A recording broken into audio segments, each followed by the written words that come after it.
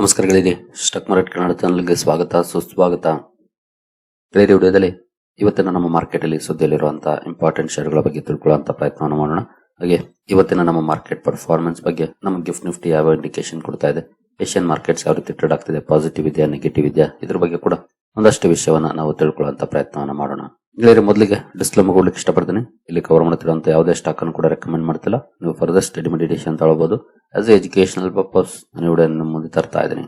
ಹಾಗೆ account opening link description ಇರುತ್ತೆ, account ಅನ್ನು ಓಪನ್ ಮಾಡಬಹುದು. ಹಾಗೆ ಇಲ್ಲಿ ಮೆನ್ಷನ್ ಮಾಡಿರುವಂತ ಎಲ್ಲ ಸರ್ವಿಸಸ್ ನಮ್ಮ ಕಡೆಯಿಂದ ಸಿಗುತ್ತೆ. ಇಂಟ್ರೆಸ್ಟ್ ಇರೋರು ಈ ನಂಬರ್ ಗೆ ಕಾಂಟ್ಯಾಕ್ಟ್ ಮಾಡಬಹುದು. ಬಟ್ ಅಕೌಂಟ್ ಓಪನ್ ಮಾಡ್ಕೊಂಡು ಕಾಂಟ್ಯಾಕ್ಟ್ ಮಾಡಿ. ಹಾಗೆ ಅಕೌಂಟ್ ಓಪನ್ ಮಾಡುವಾಗ ಏನಾದರೂ ಸಮಸ್ಯೆಗಳಾದ್ರೂ ಕೂಡ ಇದೇ ನಂಬರ್ ಗೆ ಕಾಲ್ ಮಾಡಿ, ನಮ್ಮ ಟೀಮ್ ಇಂದ ಸಹಾಯ ಸಿಗುತ್ತೆ. ಇಲ್ಲಿ ನಿನ್ನೆ ಹಾಗೂ ಮೊನ್ನೆ ಹಲವಾರು ಅಪ್ಡೇಟ್ ಗಳು ಬಂದವು. ಕ್ರೂಡ್ ಮೇಲೆ ಎಲ್ಲರ ಗಮನ ಇತ್ತು. ಯಾವ ರೀತಿ ಪರ್ಫಾರ್ಮೆನ್ಸ್ ಇದೆ ಕ್ರೂಡ್ ಅಲ್ಲಿ ನೋಡ್ಕೊಂಡು ಬೇರೆ ಸುದ್ದಿಗಳ ಕಡೆ ಮುಂದುವರಿಯೋಣ.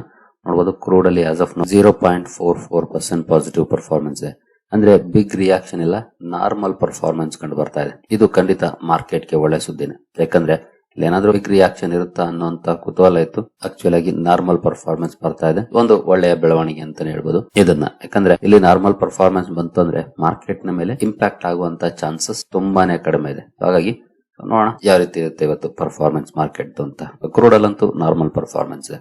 ಇನ್ನು ಇಂಡಿವಿಜುವಲ್ ಸ್ಟಾಕ್ ಗಳ ಕಡೆ ನಾವು ಬಂದ್ರೆ NHPC ಫೋಕಸ್ ಅಲ್ಲಿರುತ್ತೆ. ಕಾರಣ ಕಂಪನಿ ಜನವರಿ 8ನೇ ತಾರೀಕು ಬೋರ್ಡ್ ಮೀಟಿಂಗ್ ಅನ್ನ ಕರೆದಿದೆ. ಫಂಡ್ ರೈಸ್ ಬಗ್ಗೆ ನಿರ್ಧಾರವನ್ನ ತಗೊಳ್ಳಿಕ್ಕೆ ಸುಮಾರು 2,000 ಕೋಟಿ ಫಂಡ್ ರೈಸ್ ಮಾಡುವಂತ ಪ್ರಪೋಸಲ್ ಇದೆ. ಥ್ರೂ ಬಾಂಡ್ಸ್ ಇಶ್ಯೂ ಮಾಡೋ ಮೂಲಕ 2,000 ಕೋಟಿ ಫಂಡ್ ರೈಸ್ ಮಾಡುವಂತ ಡಿಸಿಷನ್ ಅನ್ನು ತಗೊಳ್ಳಿಕ್ಕೆ ಬೋರ್ಡ್ ಮೀಟಿಂಗ್ ಅನ್ನ ಕರೆದಿದೆ. ಈ ಸುದ್ದಿ ಕಾರಣಕ್ಕೆ ಸ್ಟಾಕ್ ಫೋಕಸ್ ಅಲ್ಲಿರುತ್ತೆ. ಅಬ್ಸರ್ವ್ ಮಾಡಬಹುದು ಯಾವ ರೀತಿ ಇರುತ್ತೆ ಸ್ಟಾಕ್ ಅಲ್ಲಿ ರಿಯಾಕ್ಷನ್ ಇವತ್ತು ಅಂತ.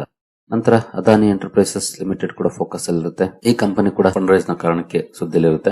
NCDs ಇಶ್ಯೂ ಮಾಡೋ ಮೂಲಕ, ನಾನ್ ಕನ್ವರ್ಟಿಬಲ್ ಡಿಬೆಂಚರ್ಸ್ ಇಶ್ಯೂ ಮಾಡೋ ಮೂಲಕ ಸುಮಾರು 1,000 ಕೋಟಿ ಫಂಡ್ ರೈಸ್ ಮಾಡುವಂತ ನಿರ್ಧಾರವನ್ನು ಮಾಡಿದೆ. ನಾಳೆಯಿಂದ NCDs ಓಪನ್ ಆಗ್ತಾ ಇದೆ. ಯಾರು ಬೇಕಿದ್ರೆ ಸಬ್ಸ್ಕ್ರೈಬ್ ಮಾಡಬಹುದು. ಜನವರಿ 6ನೇ ತಾರೀಕಿಂದ ಜನವರಿ 19ನೇ ತಾರೀಕುವರೆಗೂ ಕೂಡ ಅವೈಲೇಬಲ್ ಇರುತ್ತೆ. 1,000 ಕೋಟಿಯನ್ನು NCDs ಮೂಲಕ ಕಂಪನಿ ರೈಸ್ ಮಾಡ್ತಾ ಇದೆ. ಈ ಸುದ್ದಿ ಕಾರಣಕ್ಕೆ ಅದಾನಿ ಎಂಟರ್ಪ್ರೈಸಸ್ ಅನ್ನು ಕೂಡ ವಾಚ್ ಮಾಡಬಹುದು. ಏನಾದರೂ ರಿಯಾಕ್ಷನ್ ಇರುತ್ತಾ ಸ್ಟಾಕ್ ಅಲ್ಲಿ ಅಂತ. ನಂತರ ಅಂಬರ್ ಎಂಟರ್ಪ್ರೈಸಸ್ ಇಂಡಿಯಾ ಕೂಡ ಫೋಕಸ್ ಅಲ್ಲಿರುತ್ತೆ. ಕಾರಣ ಕಂಪನಿಗೆ ECMS ಇಂದ PCB ಸೆಗ್ಮೆಂಟ್ ಅಲ್ಲಿ 4,700 ಕೋಟಿ ಇನ್ವೆಸ್ಟ್ಮೆಂಟ್ ಮಾಡಲಿಕ್ಕೆ ಅನುಮತಿ ಸಿಕ್ಕಿದೆ. ಅಂದ್ರೆ ಮ್ಯಾನುಫ್ಯಾಕ್ಚರಿಂಗ್ ಪ್ಲಾಂಟ್ ಅನ್ನ, PCB ಮ್ಯಾನುಫ್ಯಾಕ್ಚರಿಂಗ್ ಪ್ಲಾಂಟ್ ಅನ್ನ ಸೆಟಪ್ ಮಾಡುವಂತ ಇನ್ವೆಸ್ಟ್ಮೆಂಟ್ ಇದೆ. ಈ ಸುದ್ದಿ ಕಾರಣಕ್ಕೆ ಅಥವಾ ಈ ಇನ್ವೆಸ್ಟ್ಮೆಂಟ್ ಕಾರಣಕ್ಕೆ ಸ್ಟಾಕ್ ಫೋಕಸ್ ಅಲ್ಲಿರುತ್ತೆ. ಇದನ್ನು ಕೂಡ ವಾಚ್ ಮಾಡಬಹುದು ಯಾವ ರೀತಿ ಇರುತ್ತೆ ಮಾರ್ಕೆಟ್ ರಿಯಾಕ್ಷನ್ ಸ್ಟಾಕ್ ಅಲ್ಲಿ ಅಂತ. ಅಂಬರ್ ಎಂಟರ್ಪ್ರೈಸಸ್ ನಿಮಗೆ ಗೊತ್ತಿರಬಹುದು, ಎಲೆಕ್ಟ್ರಾನಿಕ್ಸ್ ಮ್ಯಾನುಫ್ಯಾಕ್ಚರಿಂಗ್ ಸೆಗ್ಮೆಂಟ್ ಅಲ್ಲಿ ಕೆಲಸ ಮಾಡುತ್ತೆ. ಇತ್ತೀಚೆಗೆ EMS ಸೆಕ್ಟರ್ ತುಂಬಾನೇ ಸುದ್ದಿಗಳನ್ನ ಕೊಡ್ತಿದೆ. ವಾಚ್ ಮಾಡಬಹುದು ಯಾವ ರೀತಿ ಇರುತ್ತೆ ಇವತ್ತು ಮಾರ್ಕೆಟ್ ರಿಯಾಕ್ಷನ್ ಈ ಸ್ಟಾಕ್ ಅಲ್ಲಿ ಅಂತ. ನಂತರ ಡಿಕ್ಸಾನ್ ಟೆಕ್ನಾಲಜೀಸ್ ಕೂಡ ಫೋಕಸ್ ಅಲ್ಲಿರುತ್ತೆ. ಅಗೇನ್ ಇದು ಕೂಡ ಎಲೆಕ್ಟ್ರಾನಿಕ್ ಮ್ಯಾನುಫ್ಯಾಕ್ಚರಿಂಗ್ ಸೆಗ್ಮೆಂಟ್ ಅಲ್ಲಿ ಕೆಲಸ ಮಾಡುವಂತಹ ಕಂಪನಿ. ಈ ಕಂಪನಿಯ ಜಾಯಿಂಟ್ ವೆಂಚರ್ ಗೆ ಗವರ್ನಮೆಂಟ್ ಅಪ್ರೂವಲ್ ಸಿಕ್ಕಿದೆ. Camera module, sub assembly and optical trans receiver SFP manufacturing plant setup ಮಾಡಲಿಕ್ಕೆ ಈ ಒಂದು ಅಪ್ರೂವಲ್ ನ ಕಾರಣಕ್ಕೆ ಡಿಕ್ಸಾನ್ ಟೆಕ್ ಕೂಡ ಫೋಕಸ್ ಅಲ್ಲಿರುತ್ತೆ. ಇದನ್ನು ಸಹ ವಾಚ್ ಮಾಡಬಹುದು ಯಾವ ರೀತಿ ಇರುತ್ತೆ ರಿಯಾಕ್ಷನ್ ಸ್ಟಾಕ್ ಅಲ್ಲಿ ಅಂತ. ನಂತರ ನೈಬ್ ಲಿಮಿಟೆಡ್ ಕೂಡ ಫೋಕಸ್ ಅಲ್ಲಿರುತ್ತೆ. ಕಾರಣ ಕಂಪನಿಗೆ ಮಿನಿಸ್ಟ್ರಿ ಆಫ್ ಡಿಫೆನ್ಸ್ ಇಂದ 293 ಕೋಟಿ ಆರ್ಡರ್ ಸಿಕ್ಕಿದೆ. ಅಂದ್ರೆ 293 ಕೋಟಿ ಡಿಫೆನ್ಸ್ ಆರ್ಡರ್ ಕಂಪನಿಗೆ ಸಿಕ್ಕಿದೆ. ಈ ಸುದ್ದಿ ಕಾರಣಕ್ಕೆ ನೈಬ್ ಲಿಮಿಟೆಡ್ ಅನ್ನು ಕೂಡ ವಾಚ್ ಮಾಡಬಹುದು ಯಾವ ರೀತಿ ಇರುತ್ತೆ ಮಾರ್ಕೆಟ್ ರಿಯಾಕ್ಷನ್ ಅಂತ. ನಂತರ PC ಜ್ಯುವೆಲರ್ ಕೂಡ ಫೋಕಸ್ ಅಲ್ಲಿರುತ್ತೆ. ಕಾರಣ ಕಂಪನಿ ಬಿಸಿನೆಸ್ ಅಪ್ಡೇಟ್ಸ್ ಅನ್ನು ರಿಲೀಸ್ ಮಾಡಿದೆ. Company stand alone revenue growth 37% achieve ಮಾಡಿದೆ. ಈ ಒಂದು ಬಿಸಿನೆಸ್ ಅಪ್ಡೇಟ್ ಅನ್ನು ಕೊಟ್ಟಿದೆ. ಈ ಸುದ್ದಿ ಕಾರಣಕ್ಕೆ PC ಜ್ಯುವೆಲರ್ಸ್ ಅನ್ನು ಕೂಡ ವಾಚ್ ಮಾಡಬಹುದು ಯಾವ ರೀತಿ ಇರುತ್ತೆ ಮಾರ್ಕೆಟ್ ರಿಯಾಕ್ಷನ್ ಅಂತ. ನಂತರ KPI ಗ್ರೀನ್ ಎನರ್ಜಿ ಕೂಡ ಫೋಕಸ್ ಅಲ್ಲಿರುತ್ತೆ. ಕಾರಣ ಕಂಪನಿಗೆ ಗುಜರಾತ್ ಊರ್ಜಾ ವಿಕಾಸ್ ನಿಗಮ್ ಲಿಮಿಟೆಡ್ ಇಂದ ಬ್ಯಾಟರಿ ಎನರ್ಜಿ ಸ್ಟೋರೇಜ್ ಪ್ರಾಜೆಕ್ಟ್ ಸಿಕ್ಕಿದೆ. 445 ಮೆಗಾವ್ಯಾಟ್ ಪ್ರಾಜೆಕ್ಟ್ ಇದು ಕಂಪನಿಯ ಸಬ್ಸಿಡಿಯರಿಗೆ ಸಿಕ್ಕಿರುವಂತದ್ದು. ಈ ಸುದ್ದಿ ಕಾರಣಕ್ಕೆ KPI ಗ್ರೀನ್ ಎನರ್ಜಿ ಕೂಡ ಫೋಕಸ್ ಅಲ್ಲಿರುತ್ತೆ. ಇದನ್ನು ಸಹ ವಾಚ್ ಮಾಡಬಹುದು ಯಾವ ರೀತಿ ಪರ್ಫಾರ್ಮೆನ್ಸ್ ಬರುತ್ತೆ ಮಾರ್ಕೆಟ್ ಇವತ್ತು ಅಂತ. ನಂತರ ಮಾರಿಕೋ ಲಿಮಿಟೆಡ್ ಕೂಡ ಫೋಕಸ್ ಅಲ್ಲಿರುತ್ತೆ. ಅಗೇನ್ ಕಾರಣ ಕಂಪನಿ ಬಿಸಿನೆಸ್ ಅಪ್ಡೇಟ್ಸ್ ಅನ್ನು ರಿಲೀಸ್ ಮಾಡಿದೆ. ಜೊತೆಗೆ strong single digit revenue growth ಅನ್ನು ಅಚೀವ್ ಮಾಡಿದೆ ಕಂಪನಿ. ಯೂಶಲಿ ಈ FMCG ಕಂಪನಿಗಳದ್ದು ಸಿಂಗಲ್ ಡಿಜಿಟ್ ಗ್ರೋತ್ ಇರುತ್ತೆ. ಅದೇ ರೀತಿಯಾಗಿ ಸಿಂಗಲ್ ಡಿಜಿಟ್ ಗ್ರೋತ್ ಅನ್ನು ಅಚೀವ್ ಮಾಡಿದೆ. ಈ ಸದ್ಯ ಕಾರಣಕ್ಕೆ ಮಾರಿಕೋ ಲಿಮಿಟೆಡ್ ಅನ್ನು ಕೂಡ ವಾಚ್ ಮಾಡಬಹುದು ಯಾವ ರೀತಿ ರಿಯಾಕ್ಟ್ ಮಾಡುತ್ತೆ ಮಾರ್ಕೆಟ್ ಅಪ್ಡೇಟ್ಸ್ ಗೆ ಅಂತ. ನೆಕ್ಸ್ಟ್ ಅವಿನ್ಯೂ ಸೂಪರ್ ಮಾರ್ಟ್ಸ್ ಅಥವಾ ಡಿ ಮಾರ್ಟ್ ಕೂಡ ಫೋಕಸ್ ಅಲ್ಲಿರುತ್ತೆ. ಅಗೇನ್ ಈ ಕಂಪನಿ ಕೂಡ ಬಿಸಿನೆಸ್ ಅಪ್ಡೇಟ್ ರಿಲೀಸ್ ಮಾಡಿದೆ. ರಾತ್ರಿ ವಿಡಿಯೋದಲ್ಲಿ ಇದ್ರ ಬಗ್ಗೆ ಒಂದು ಅಪ್ಡೇಟ್ ಅನ್ನು ಕೊಟ್ಟಿದ್ದೆ. ಕಂಪನಿಯ ಸ್ಟ್ಯಾಂಡ್ ಅಲೋನ್ ರೆವೆನ್ಯೂ 13% ರೈಸ್ ಆಗಿದೆ. ಹಾಗೆ ಸ್ಟೋರ್ ಕೌಂಟ್ಸ್ 442 ಅನ್ನು ತಲುಪಿ Q3 ನಲ್ಲಿ. ಈ ಅಪ್ಡೇಟ್ ನ ಕಾರಣಕ್ಕೆ ಸ್ಟಾಕ್ ಫೋಕಸ್ ಅಲ್ಲಿರುತ್ತೆ. ಅವಿನ್ಯೂ ಸೂಪರ್ ಮಾರ್ಟ್ಸ್ ಅನ್ನು ಕೂಡ ವಾಚ್ ಮಾಡಬಹುದು ಈ ಸುದ್ದಿ ಎಷ್ಟರ ಮಟ್ಟಿಗೆ ಇಂಪ್ಯಾಕ್ಟ್ ಮಾಡುತ್ತೆ ಸ್ಟಾಕ್ ಅಲ್ಲಿ ಅಂತ. ನಂತರ ವಿಮಾರ್ಟ್ ರಿಟೇಲ್ ಕೂಡ ಫೋಕಸ್ ಅಲ್ಲಿರುತ್ತೆ. ಅಗೇನ್ ಇದು ಕೂಡ ಬಿಸಿನೆಸ್ ಅಪ್ಡೇಟ್ ಅನ್ನು ರಿಲೀಸ್ ಮಾಡಿದೆ. ಕಂಪನಿಯ ರೆವೆನ್ಯೂ 10% ರೈಸ್ ಆಗಿದೆ. ಜೊತೆಗೆ 23 ಹೊಸ ಸ್ಟೋರ್ಸ್ ಅನ್ನ ಕಂಪನಿ ಓಪನ್ ಮಾಡಿದೆ Q3 ನಲ್ಲಿ. ಈ ಎಲ್ಲ ಅಪ್ಡೇಟ್ ನ ಕಾರಣಕ್ಕೆ ಸ್ಟಾಕ್ ಫೋಕಸ್ ಅಲ್ಲಿರುತ್ತೆ. ಇದನ್ನು ಸಹ ವಾಚ್ ಮಾಡಬಹುದು ಯಾವ ರೀತಿ ಇರುತ್ತೆ ಮಾರ್ಕೆಟ್ ರಿಯಾಕ್ಷನ್ ಅಂತ. ನಂತರ ಸಾಯಿ ಸಿಲ್ಕ್ಸ್ ಅಥವಾ ಕಲಾಮಂದಿರ್ ಕೂಡ ಫೋಕಸ್ ಅಲ್ಲಿ ಇರುತ್ತೆ. ಈ ಕಂಪನಿ Q3 ನಲ್ಲಿ 411 ಕೋಟಿ ಟರ್ನ್ ಓವರ್ ಅನ್ನು ಅಚೀವ್ ಮಾಡಿರುವ ಬಗ್ಗೆ ಅಪ್ಡೇಟ್ ಅನ್ನು ಕೊಟ್ಟಿದೆ. ಜೊತೆಗೆ 5 ಹೊಸ ಸ್ಟೋರ್ಸ್ ಅನ್ನು ಸ್ಥಾಪನೆ ಮಾಡುವ ಮೂಲಕ ತನ್ನ ಎಕ್ಸ್ಪಾನ್ಷನ್ ಕೂಡ ಮಾಡಿಕೊಂಡಿದೆ. ಈ ಅಪ್ಡೇಟ್ ನ ಕಾರಣಕ್ಕೆ ಸಾಯಿ ಸಿಲ್ಕ್ಸ್ ಅಥವಾ ಕಲಾಮಂದಿರ್ ಫೋಕಸ್ ಅಲ್ಲಿ ಇರುತ್ತೆ. ಇದನ್ನು ಸಹ ವಾಚ್ ಮಾಡಬಹುದು ಯಾವ ರೀತಿ ಇರುತ್ತೆ ಮಾರ್ಕೆಟ್ ರಿಯಾಕ್ಷನ್ ಅಂತ. ನಂತರ ಕ್ಯೂಪಿಡ್ ಲಿಮಿಟೆಡ್ ಕೂಡ ಫೋಕಸ್ ಅಲ್ಲಿ ಇರುತ್ತೆ. ನಿನ್ನೆ ಅಂತೂ ಅಂದ್ರೆ ಶುಕ್ರವಾರದ ಸೆಷನ್ ಅಲ್ಲಿ 20% ಲೋಯರ್ ಸರ್ಕ್ಯೂಟ್ ಪರ್ಫಾರ್ಮೆನ್ಸ್ ನೋಡ್ಲಿಕ್ಕೆ ಸಿಕ್ತು. ಬಟ್ ಇವತ್ತು ಯಾವ ರೀತಿ ಪರ್ಫಾರ್ಮೆನ್ಸ್ ಬರುತ್ತೆ ವಾಚ್ ಮಾಡಬೇಕಾಗುತ್ತೆ. ಇದಕ್ಕೆ ಕಂಪನಿ ಮ್ಯಾನೇಜ್ಮೆಂಟ್ ಕೆಲವೊಂದು ಅಪ್ಡೇಟ್ ಅನ್ನು ಕೊಟ್ಟಿದೆ. ಕಂಪನಿ 335 ಕೋಟಿ ರೆವಿನ್ಯೂ ಗೈಡೆನ್ಸ್ ಅನ್ನು ಕೊಟ್ಟಿತ್ತು. ಅದನ್ನ ಅಚೀವ್ ಮಾಡೋದ್ರಲ್ಲಿ ನಮಗೆ ಕಾನ್ಫಿಡೆನ್ಸ್ ಇದೆ ಅನ್ನುವಂತ ಮಾತನ್ನ ಹೇಳಿದರೆ ಅಚೀವ್ ಮಾಡ್ತೀವಿ ಅಂತ. ಜೊತೆಗೆ 100 crore ನೆಟ್ ಪ್ರಾಫಿಟ್ ಗೈಡೆನ್ಸ್ ಅನ್ನು ಕೊಟ್ಟಿದ್ದು, ಅದನ್ನು ಕೂಡ ನಾವು ಅಚೀವ್ ಮಾಡ್ತೀವಿ. ಹೀಗೆ ಇನ್ನೊಂದಷ್ಟು ಟ್ಯಾರಿಫ್ ಇಂಪ್ಯಾಕ್ಟ್ ಬಗ್ಗೆ ಮಾತಾಡಿದ್ದಾರೆ. ಹಾಗೆ ಇನ್ನು ಕೆಲವೊಂದು ಮಾತುಗಳನ್ನ ಆಡಿದ್ದಾರೆ. ಬಟ್ ಎಲ್ಲಾನು ಕೂಡ ಪಾಸಿಟಿವ್ ಇದೆ. ನೋಡೋಣ, ಗೈಡೆನ್ಸ್ ಅಚೀವ್ ಮಾಡೋದು ಬಹಳ ಮುಖ್ಯ. 335 ಕೋಟಿ ಹಾಗೂ 100 ಕೋಟಿ ಅಚೀವ್ ಮಾಡೋದ್ರಲ್ಲಿ ನಮಗೆ ಕಾನ್ಫಿಡೆನ್ಸ್ ಇದೆ ಅಂತ ಹೇಳಿದ್ದಾರೆ. ಈ ಸುದ್ದಿ ಕಾರಣಕ್ಕೆ ಸ್ಟಾಕ್ ಫೋಕಸ್ ಅಲ್ಲಿ ವಾಚ್ ಮಾಡಬಹುದು. ಸರ್ಕ್ಯೂಟ್ ಇವತ್ತು ಕಂಟಿನ್ಯೂ ಆಗುತ್ತಾ ಅಥವಾ ರಿವರ್ಸಲ್ ಆಗುತ್ತಾ ಅಂತ. ನಂತರ V2 ರಿಟೇಲ್ ಲಿಮಿಟೆಡ್, ಈ ಕಂಪನಿಯ ಬಿಸಿನೆಸ್ ಅಪ್ಡೇಟ್ಸ್ ತುಂಬಾನೇ ಸಾಲಿಡ್ ಆಗಿದೆ. ಯಾಕಂದ್ರೆ Q3 ನಲ್ಲಿ 57% ರೈಸ್ ಆಗಿದೆ ಕಂಪನಿಯ ರೆವಿನ್ಯೂ. ಜೊತೆಗೆ ಸೇಮ್ ಸ್ಟೋರ್ಸ್ ಸೇಲ್ಸ್ ಅಲ್ಲೂ ಕೂಡ ತುಂಬಾ ಒಳ್ಳೆ ಇಂಪ್ರೂವ್ಮೆಂಟ್ ಇದೆ. ಮೋರ್ ದನ್ 12% ಇನ್ಕ್ರೀಸ್ ಆಗಿದೆ. ಜೊತೆಗೆ Q3 ನಲ್ಲಿ 35 ಹೊಸ ಸ್ಟೋರ್ಸ್ ಅನ್ನ ಲಾಂಚ್ ಮಾಡಿದೆ ಕಂಪನಿ. ಸಾಲಿಡ್ ಅಪ್ಡೇಟ್ ಅನ್ನ ಕೊಟ್ಟಿದೆ. ಸ್ಟಾಕ್ ಅನ್ನು ವಾಚ್ ಮಾಡಬಹುದು ಯಾವ ರೀತಿ ಇರುತ್ತೆ ಮಾರ್ಕೆಟ್ ರಿಯಾಕ್ಷನ್ ಈ ಅಪ್ಡೇಟ್ಸ್ ಗೆ ಅಂತ. ಗೊತ್ತಿಲ್ಲ ಪರ್ಫಾರ್ಮೆನ್ಸ್ ಯಾವ ರೀತಿ ಇರುತ್ತೆ ಅಂತ. ಬಟ್ ಬಿಸಿನೆಸ್ ಅಪ್ಡೇಟ್ಸ್ ಅಂತೂ ತುಂಬಾ ಚೆನ್ನಾಗಿದೆ. ನೋಡೋಣ ಮಾರ್ಕೆಟ್ ಯಾವ ರೀತಿ ರಿಯಾಕ್ಟ್ ಮಾಡುತ್ತೆ V2 ರಿಟೇಲ್ ಅಲ್ಲಿ ಅಂತ. ನಂತರ ಮಹೀಂದ್ರ ಅಂಡ್ ಮಹೀಂದ್ರ ಫೈನಾನ್ಸ್, ಇದು M&M ಫಿನ್ ಇಲ್ಲಿದೆ ನೋಡಬಹುದು. ಈ ಕಂಪನಿ ಕೂಡ ಫೋಕಸ್ ಅಲ್ಲಿ ಇರುತ್ತೆ. ಹಾಗೇನ್ ಇದು ಕೂಡ ಬಿಸಿನೆಸ್ ಅಪ್ಡೇಟ್ಸ್ ನ ಕಾರಣಕ್ಕೆ ಫೋಕಸ್ ಅಲ್ಲಿ ಇರುತ್ತೆ. ಕಂಪನಿಯ ಡಿಸ್ಬರ್ಸ್ಮೆಂಟ್ಸ್ 7% ಅಪ್ ಆಗಿದೆ. ಜೊತೆಗೆ ಕಲೆಕ್ಷನ್ ಎಫಿಷಿಯನ್ಸಿ 95% ಇದೆ. ಅಂದ್ರೆ ಕೊಟ್ಟಿರೋದ್ರಲ್ಲಿ ವಾಪಸ್ ಕಲೆಕ್ಟ್ ಮಾಡಿರೋದು. ಈ ಬಿಸಿನೆಸ್ ಅಪ್ಡೇಟ್ ಅನ್ನ ರಿಲೀಸ್ ಮಾಡಿದೆ. ಈ ಸದ್ಯ ಕಾರಣಕ್ಕೆ ಮಹೀಂದ್ರ ಅಂಡ್ ಮಹೀಂದ್ರ ಫೈನಾನ್ಸ್ ಅನ್ನು ಕೂಡ ವಾಚ್ ಮಾಡಬಹುದು ಯಾವ ರೀತಿ ಇರುತ್ತೆ ಮಾರ್ಕೆಟ್ ರಿಯಾಕ್ಷನ್ ಇವತ್ತು ಅಂತ. ನಂತರ ಬಜಾಜ್ ಹೌಸಿಂಗ್ ಫೈನಾನ್ಸ್ ಲಿಮಿಟೆಡ್ ಕೂಡ ಫೋಕಸ್ ಅಲ್ಲಿ ಇರುತ್ತೆ. ತುಂಬಾ ಜನರ ಫೇವರೇಟ್ ಸ್ಟಾಕ್. ಈ ಕಂಪನಿ ಕೂಡ ಬಿಸಿನೆಸ್ ಅಪ್ಡೇಟ್ಸ್ ಅನ್ನು ರಿಲೀಸ್ ಮಾಡಿದೆ. ಚೆನ್ನಾಗಿದೆ updates. Year on year 31.5% rise ಆಗಿದೆ ಕಂಪನಿಯ ಡಿಸ್ಬರ್ಸ್ಮೆಂಟ್ಸ್. AUM ಕೂಡ 23% ರೈಸ್ ಆಗಿದೆ. ಲೋನ್ ಅಸೆಟ್ಸ್ ಅಲ್ಲಿ 22.7% ಗ್ರೋತ್ ನೋಡ್ಲಿಕ್ಕೆ ಸಿಕ್ಕಿದೆ. ಒಳ್ಳೆ ಇಂಪ್ರೂವ್ಮೆಂಟ್ ಇದೆ. ಬಜಾಜ್ ಹೌಸಿಂಗ್ ಶೇರ್ ಅನ್ನು ಕೂಡ ವಾಚ್ ಮಾಡಬಹುದು ಇವತ್ತು ಯಾವ ರೀತಿ ಇರುತ್ತೆ ಮಾರ್ಕೆಟ್ ರಿಯಾಕ್ಷನ್ ಅಂತ. ಇನ್ನು ಬಜಾಜ್ ಫೈನಾನ್ಸ್ ಕೂಡ ಫೋಕಸ್ ಅಲ್ಲಿ ಇರುತ್ತೆ. ರಾತ್ರಿ ವಿಡಿಯೋದಲ್ಲೇ ಇದರ ಬಗ್ಗೆ ಕೂಡ ಅಪ್ಡೇಟ್ ಅನ್ನ ಕೊಟ್ಟಿದೆ. ಇಲ್ಲೂ ಕೂಡ ಹೈಲೈಟ್ಸ್ ಚೆನ್ನಾಗಿದೆ.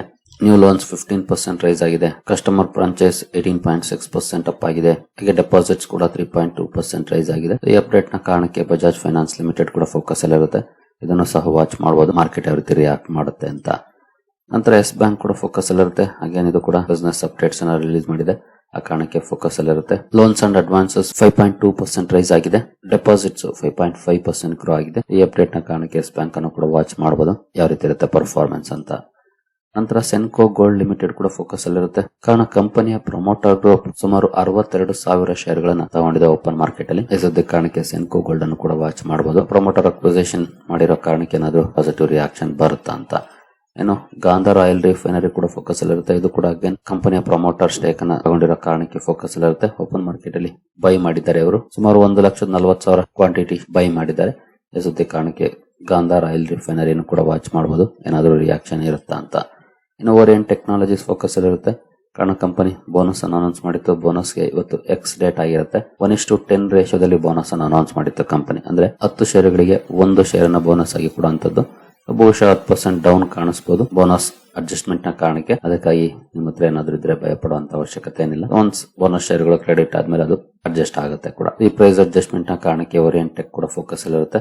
ಅನಂತರ ಯಾವ ರೀತಿ ರಿಯಾಕ್ಷನ್ ಬರುತ್ತೆ ಸ್ಟಾಕ್ ಅಲ್ಲಿ ವಾಚ್ ಮಾಡಬಹುದು. ಇನ್ನು ಸೆಕ್ಟೋರಲ್ ಇಂಡೈಸಸ್ ಗಳ ಸೆಂಟಿಮೆಂಟ್ ಕಡೆ ಬಂದ್ರೆ ಸದ್ಯದ ಮಟ್ಟಿಗೆ ಲಾಸ್ಟ್ ವೀಕ್ ಪರ್ಫಾರ್ಮೆನ್ಸ್ ಅನ್ನು ನೋಡಿದ್ರೆ ಆಟೋ, ಬ್ಯಾಂಕಿಂಗ್ ಸೆಕ್ಟರ್ ಅಲ್ಲಿ ಹಾಗೂ ಫೈನಾನ್ಷಿಯಲ್ ಸರ್ವಿಸಸ್ ಇಲ್ಲಿ ಸ್ಟ್ರಾಂಗ್ ಪರ್ಫಾರ್ಮೆನ್ಸ್ ನೋಡಲಿಕ್ಕೆ ಕಾಣ್ತಾ ಇದೆ.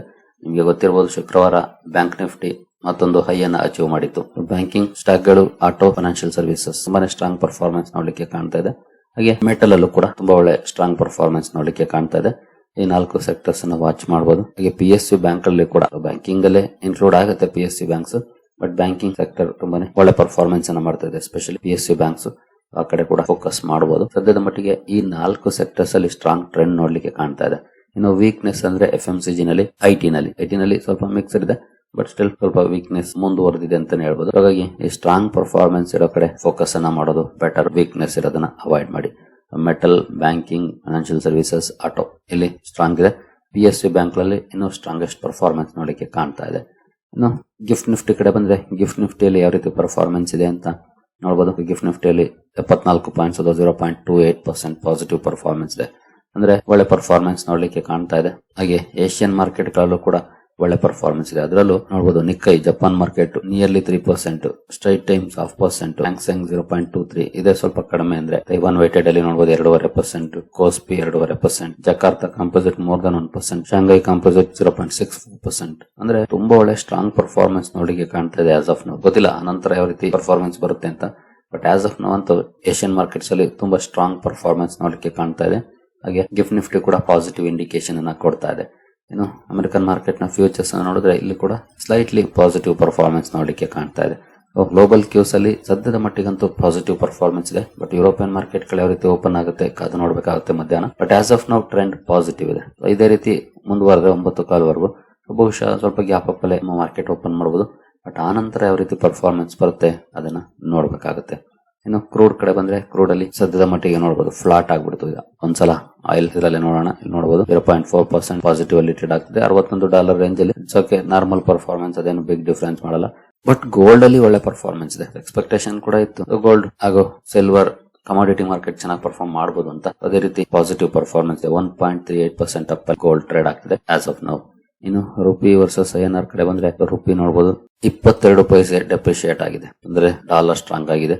90.19 ಹೋಗಿದೆ. ಅಥವಾ 0.24% ಅಪ್ ಅಲ್ಲಿ ಟ್ರೇಡ್ ಆಗ್ತಿದೆ. ಅಂದ್ರೆ ರುಪಿ ವೀಕ್ ಆಗಿದೆ, ಡಾಲರ್ ಸ್ಟ್ರಾಂಗ್ ಆಗಿದೆ. ಇದೊಂದು ಕನ್ಸರ್ನ್ ಇದ್ದೇ ಇದೆ ಸದ್ಯದ ಮಟ್ಟಿಗೆ. ಓವರ್ ಆಲ್ ಸೆಂಟಿಮೆಂಟ್ ಚೆನ್ನಾಗಿದೆ. ಕ್ರೂಡ್ ಅಲ್ಲಿ ನಾರ್ಮಲ್ ಪರ್ಫಾರ್ಮೆನ್ಸ್ ಇದೆ. ಬಟ್ ಸ್ವಲ್ಪ ಬ್ಯಾಡ್ ನ್ಯೂಸ್ ಅಂದ್ರೆ ಅದು ರುಪಿ ವೀಕ್ನೆಸ್ ಆಗ್ತಿರೋದು. ನೋಡೋಣ ಮಾರ್ಕೆಟ್ ಯಾವ ರೀತಿ ರಿಯಾಕ್ಟ್ ಮಾಡುತ್ತೆ ಇವತ್ತು ಅಂತ. ಸರಿಗಳಿರಿ, ಎಲ್ಲ ಅಪ್ಡೇಟ್ಸ್ ನಿಮಗೆ ಇಷ್ಟ ಆಗಿದೆ ಅನ್ಕೊಳ್ತೀನಿ. ಹಾಗೆ ಅಕೌಂಟ್ ಓಪನಿಂಗ್ ಲಿಂಕ್ ಡಿಸ್ಕ್ರಿಪ್ಷನ್ ಅಲ್ಲಿ ಇರುತ್ತೆ. ಅಕೌಂಟ್ ಅನ್ನು ಓಪನ್ ಮಾಡಬಹುದು. ಮುಂದಿನ ವಿಡಿಯೋದಲ್ಲಿ ಸಿಗೋಣ. ಅಲ್ಲಿವರೆಗೂ ಜೈ ಹಿಂದ್, ಜೈ ಕರ್ನಾಟಕ.